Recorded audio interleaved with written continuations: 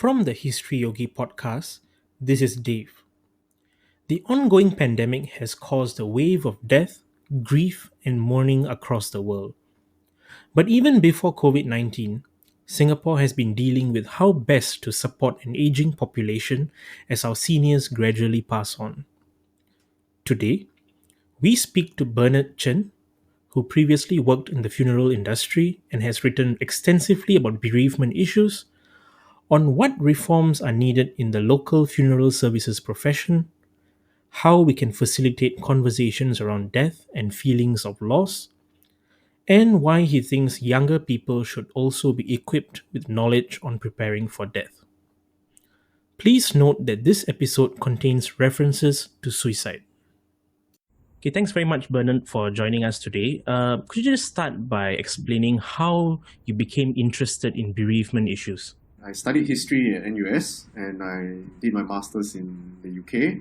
So when I came back, I was looking for a job, as per most Singaporeans would do. And I wanted something very different. And I thought, since I had some background in grassroots work in the past, and I had worked with the grassroots as well as I visited funerals as part of grassroots work. I thought, why not? Maybe I just applied to work for a funeral company, and not expecting too much from it. Lo and behold, I was accepted in one of the funeral companies in Singapore, and my job title was project executive for a charity that basically works on or advocates for deaf education or deaf literacy in Singapore. And that was the beginning of a lot of exploration and increased interest in the funeral profession and what it entails for Singaporeans. But I think what we should think about, and probably this is what I hope your viewers could consider, is that why isn't more people interested in issues of bereavement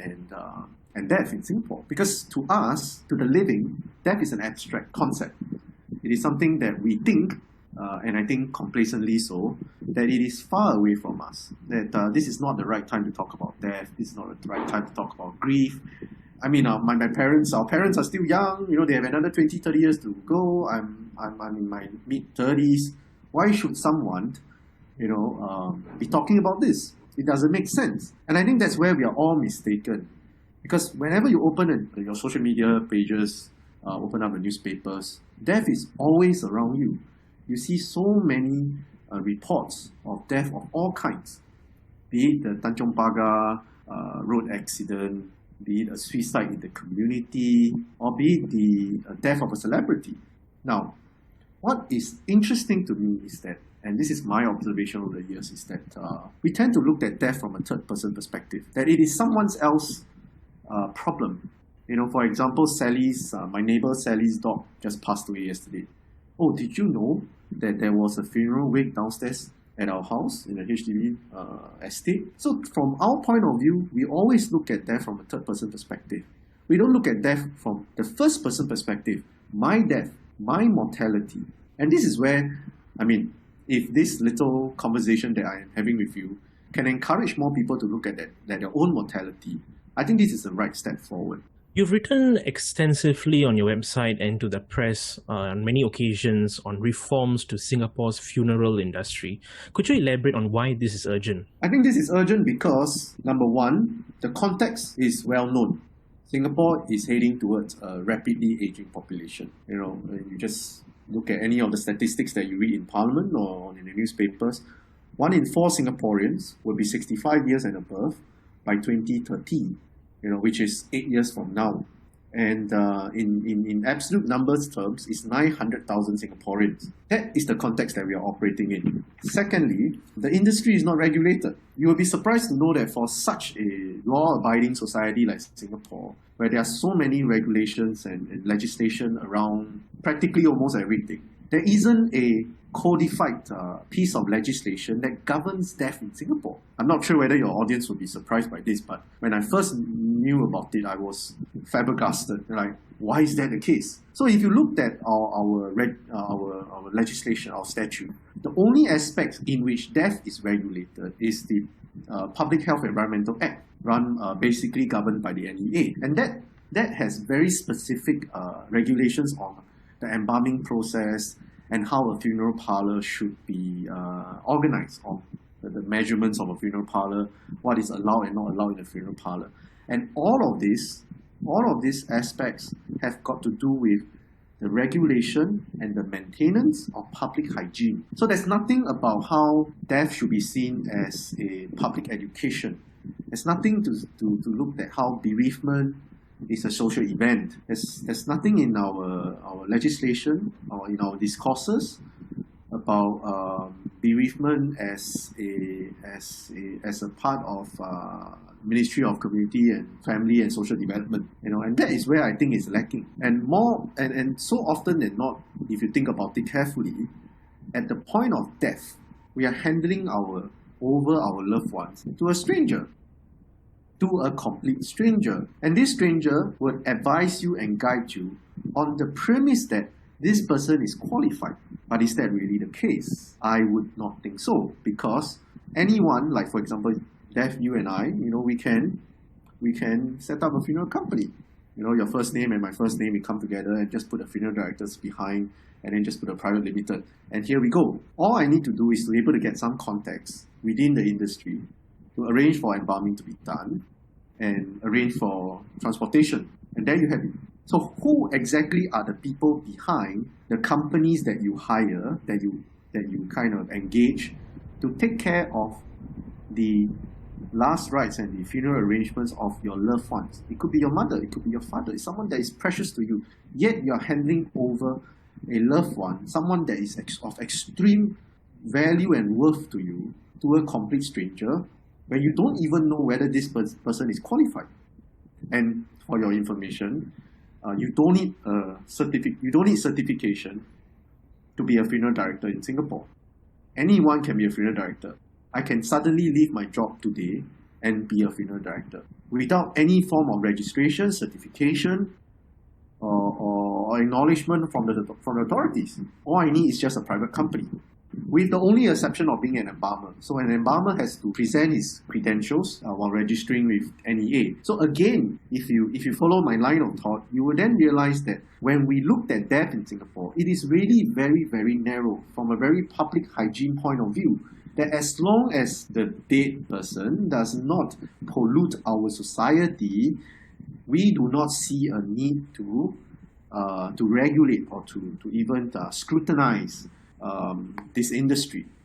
And I think that's where the problem lies.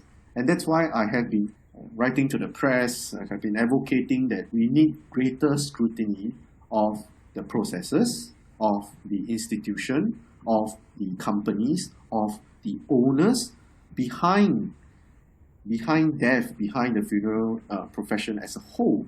I mean, to be frank, I think there is greater attention on this profession primarily because of social media. More people are getting to know more. You see funeral companies advertising their services online, on Facebook, on their LinkedIn pages. But that to me is just marketing. We are just barely scratching the surface. So in a nutshell, what I'm just trying to say here is this. Are you willing to hand over your loved ones to a complete stranger without any form of due diligence? If the answer is yes, then I accept that and I respect that. But I think most people would not think that this is something that is very advisable. And that's why I think as a society, from a policy-making point of view, from the civil service point of view, we really need to look at the Singapore funeral profession and the reforms that is badly needed. What are some of these reforms that you would advocate for? First, license our practitioner. That's the first thing forward. I think you will find that a lot of people would not be qualified. But obviously, to license our practitioners, the relevant authorities has to set in place a set of criteria from which we can adjudicate who is suitable or who is qualified to be a funeral director in Singapore. The unfortunate thing at this point in time is there isn't such a thing as of such. I think we should start the ball rolling. And hopefully, if anyone from the civil service is hearing this, then hopefully we can have a further conversation on this. And the second thing is to shift societal perception, not only the individual perception of towards death, that it is a taboo, that it is dirty, and away from looking at death as from a more strategic, from a more public policy point of view. As you would have realized by now, that death involves different multi-ministries, such as education, such as social welfare, what to do when people die alone. It involves the economy. What is the value of the funeral profession to Singapore's future economy, and how can we attract more younger Singaporeans to join the industry? I always say this to many different audiences. In Singapore, over the last 10 years, as a result of an aging population, we are paying more focus on dying issues, like whether there's enough hospitals, whether we have enough nurses, whether we have enough doctors. So therefore, we increase the intake in NUS Medical School, we increase the intakes at the different polytechnics to cope with this demand. Now, but there is a shortfall. There is a gap between dying and death. While we are thinking of increasing the number of nurses in our hospitals, we are not thinking of increasing the numbers of funeral directors in Singapore. Now, the question is then who is going to take care of the very people who is going to pass away? Because the last thing I read, death is 100%. The death rate is 100%. Everybody will have to die. So we are looking at a possible bottleneck. We are looking at a possible logistical issue come 2030, come 2040, if we are not prepared for it. So as I have spoken many times on this before, we have a 10 years gap here that we can fill. And if we work on fulfilling and resolving some of the systemic issues within the profession, I think we are better prepared for an aging population alongside the medical profession. And again, this is where I come back to my point, right? As long as we continue to view the funeral profession, issues about death and bereavement and grief on merely public hygiene lines, then we are never going to fundamentally resolve a lot of these systemic issues that we are seeing in Singapore today. And lastly, I think one of the initiatives that I would hope to push or propose is to introduce death education in our schools. What does it mean to come to terms with loss? What does it mean to come to terms with grief? When I say education, death education in schools, I'm not talking about introducing our children to suicide, the horrors of suicide, or what a coffin or the casket look like. No, not such macabre and morbid stuff, but really to help our children come to terms with what is the meaning of life, whether is it from a religious point of view or whether it's from a secular point of view. What does it mean that our lives are limited? What does it mean to live your life to the fullest? How do you cope with the loss of your grandmother? Your feelings of grief. How can we help you to best articulate all of this? And I think all of this is important, especially in our quest, in recent times, to uplift the mental health standards of our people. And this is all part of it. So I mean, in a nutshell, three things. First, the licensing of our professionals. Secondly, to adopt a different strategic thinking on the funeral profession, death and bereavement in Singapore. And thirdly, introducing death education in our schools. On the topic of education, one of your beliefs is that death is not a dying conversation, but a live conversation. Yes. Given the strong taboos that still remain around discussing death, how do you get these conversations started? What I'm going to say now could potentially be a little bit offensive, but I hope your audience can understand that. I would fundamentally disagree that there is any form of taboo. The reason being is because the reason why there is a taboo, quote unquote taboo, is because there is ignorance on this matter, that we do not inform ourselves sufficiently enough, therefore creating a sense of ignorance. And when there is a gap, fear and superstition will take its place. So therefore, I think we should sufficiently educate ourselves enough, inform ourselves enough of what this industry is about, what this profession is about, what is death, what is issues pertaining to grief and bereavement all about. And then I think we probably would not have such a struggle with such a tabooish topic. So that is the first thing that probably I want to deconstruct. And secondly, the reason why I say that death is a living conversation is because the dead won't speak. A lot of times during my experience as a funeral director, I come to realize that there's a lot of regrets of family members of having not spoken to their parents or to their loved ones about their last arrangements, about what they hope to see for their funeral, what they hope their legacy would be. And I'm not saying, I'm not referring to very wealthy people with a lot of attachable assets. I'm not speaking about this kind of people. It's really people like you and I who live in a HDB flat. We don't really have a lot of assets to begin with. But the point is that I often get this question: do you think I did the right thing for my mother? Do you think I did the right thing for my father? And as a funeral director, I have no answer to this because I wouldn't know what your parents would want. And that's very unfortunate. And that's why, hopefully using this conversation that we are having today, we can encourage more people to begin the conversation. It is really not about just your funeral. It could be, have you done your CPF nomination? Have you spoken to a social worker about your advanced care planning? If push come to shove that we need to switch off the machine, would you give assent? Have you looked at the advanced medical directive? And then for me, for example, I'm more than willing to donate my body for science. So is there an avenue in which I can do that? There is. You can donate your body for science in Singapore.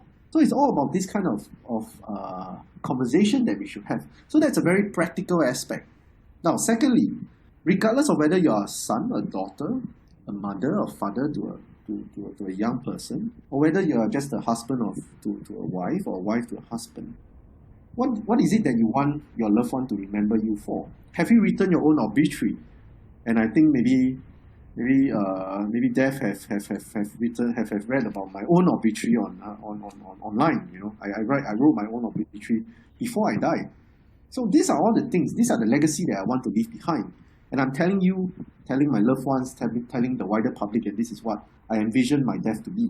And that's the only chance I have, because while I'm still alive, well, and living, and I'm not succumbing to any form of medical illness, I'm in the best possible position mentally and physically to talk about death, to discuss about issues of bereavement, to discuss about arrangements that I would hope that my loved ones would carry out. And in the event that I have some assets, I would want my assets to be distributed in a particular manner.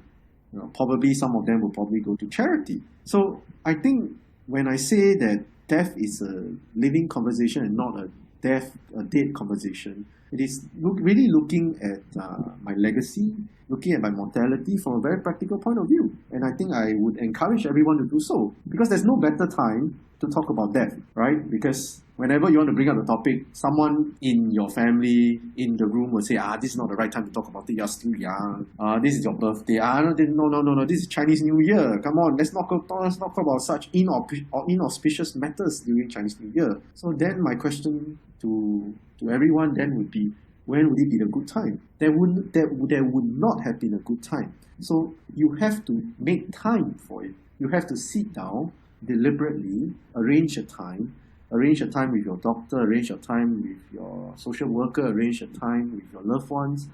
Just take out a piece of paper and then just pen down their wishes, what they aspire to do. And if you like to, budget for a funeral, budget for the last rites, the clothes that you want to wear, the spectacles that I wishes to don, the type of caskets.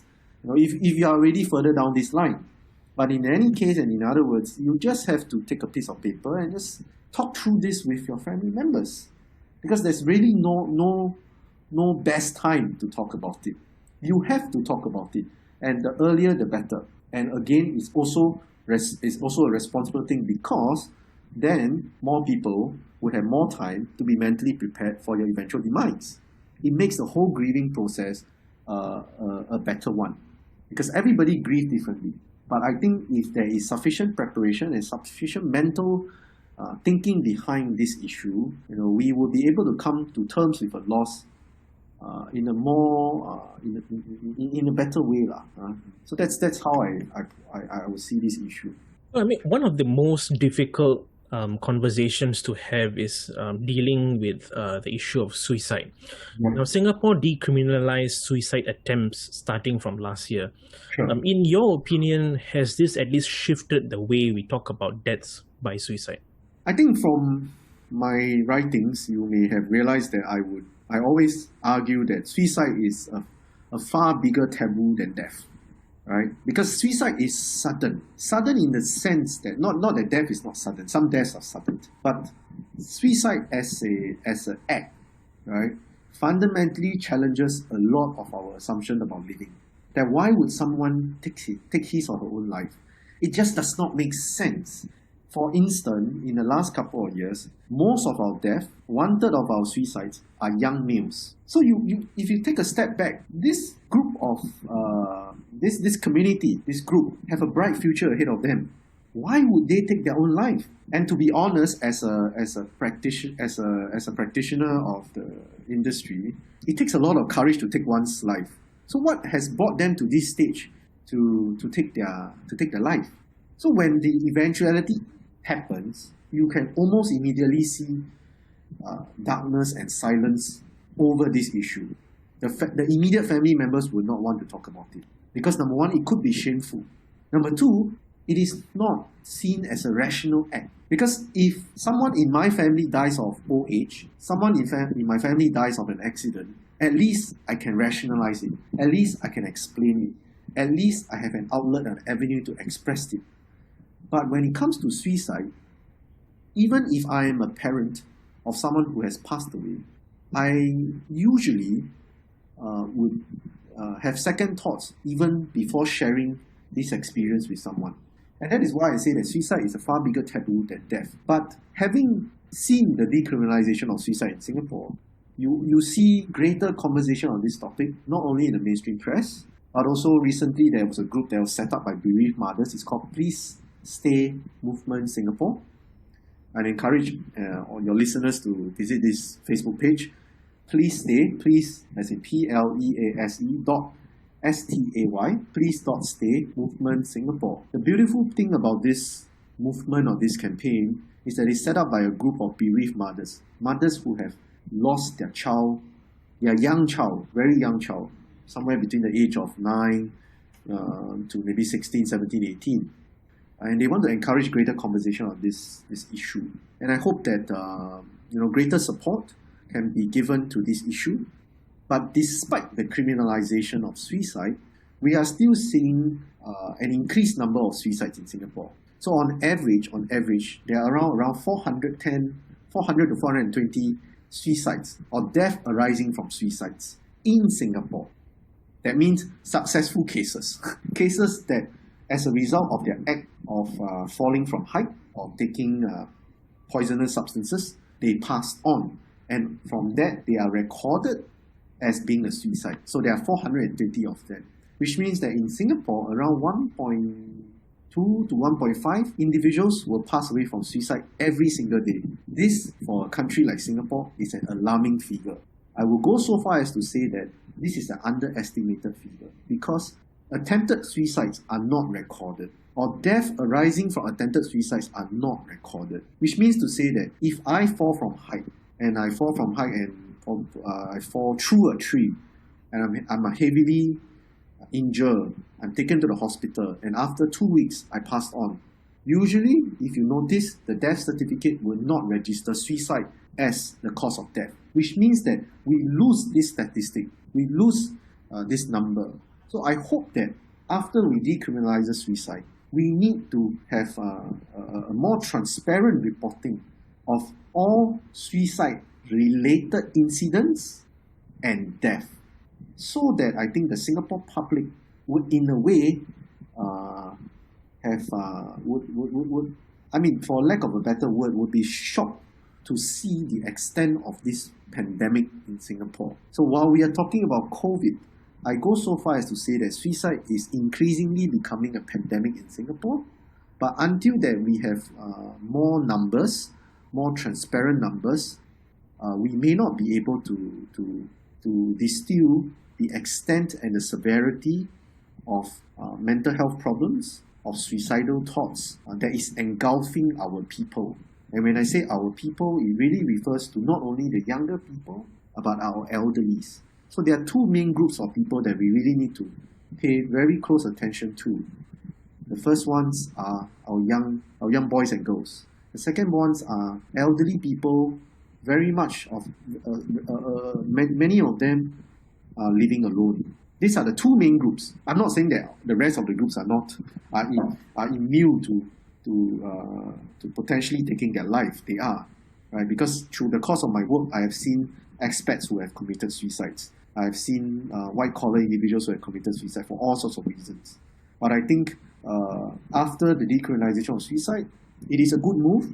It's a policy that should have been executed long ago. But nevertheless, it has been decriminalized. It's a good step forward. I would, as individuals, encourage people to support any suicidal support awareness group, such as Please Stay movement. And lastly, I think we need greater transparency. We need greater information on the extent and severity of this issue. And that also includes publishing, information about how many of our young boys and girls, or how many Singaporeans in general are seeking help and have expressed suicide as one of their thoughts when they are referred to the Institute of Mental Health in Singapore. I think these are information that we do not have at this point in time, and until we have them, it is really very difficult to comment on the severity and how some of the remedial actions that we can take. Finally, we are now amidst an ongoing pandemic, which has led to unprecedented levels of grieving around the world, as well as feelings of isolation amid all the lockdowns and quarantines. What are your concerns about the dangers of, quote, social death? I think if we define social death as some form of an isolation from mainstream society, or isolation from the communities that you belong to, I think that could potentially be a definition of social death. And we are seeing this as a problem, as a mental health problem in many societies, including Singapore. I really do not have a solution to what we can do to this, but I think what I would say at this point in time is that how we look at death, how we look at issues pertaining to loneliness, dying alone, taking yourself out from the community that you belong, whether deliberately or because of a pandemic, has to do a lot with demographic changes. So a lot of the things that we see in the funeral profession is really an outcome of demographic changes reaching its nadir, right? Basically, what I mean by that is that a lot of the things that we are seeing in demographic changes, like a smaller nuclear family, lack of support as a result of the decreasing family size, these issues were issues 10, 20 years ago, and the implications of these issues are coming to pass when the very people that we were talking about 10 to 20 years ago passes on.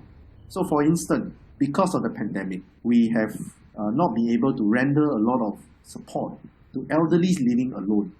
Now, the fact that these elderlies are living alone, it's a result of demographic changes that took place 10 to 20 years before. And that's why, again, I call for a more holistic and a more collective policy thinking, a more strategic thinking towards death.